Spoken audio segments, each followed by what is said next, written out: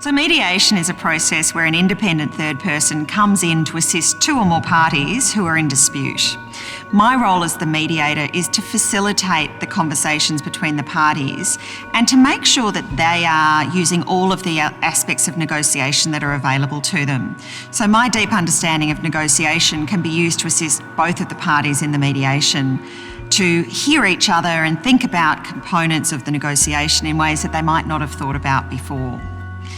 When I work with parties in mediation, one of the benefits of getting in early is that the hostility and the tensions haven't escalated as much as they might have.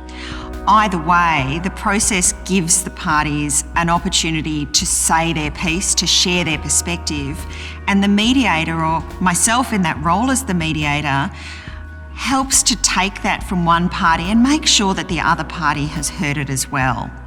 Each party will walk away from the mediation process feeling heard. They'll also hopefully have an understanding of the other party's perspective, even though they probably won't agree with it. I'll then help them work through different solutions, testing and trialling what might make sense for each party, and help them reality check those against what's going to happen if they don't get an outcome. We leave the mediation generally with a signed mediation agreement, which is a binding contract. So the parties can walk away from that negotiation knowing that they've got a legally binding outcome that they can rely on moving forward and not have to come back to the negotiating table again. The mediation work either happens face-to-face, which is the traditional way that it's been done, but more and more we're mediating online as well. So I had an example recently where I mediated a dispute. We had parties online on Zoom. I was in Melbourne. There were lawyers in Melbourne and Sydney. There were parties in Mauritius, Durban and London. And the savings just in time and travel costs were unbelievable. Not only that, but we settled this dispute where the parties had both estimated that total legal costs would have been in the vicinity of $250,000, and we settled it for just a fraction of that cost by not having to litigate. Not only did they save that much money, but the dispute was resolved within about a month from start of process to end of process. If they'd had to go forward to litigation, it would have taken probably 12 to 18 months before a result was reached. So the parties were able to walk away quickly, cost effectively, and knowing that there was certainty about what had been agreed.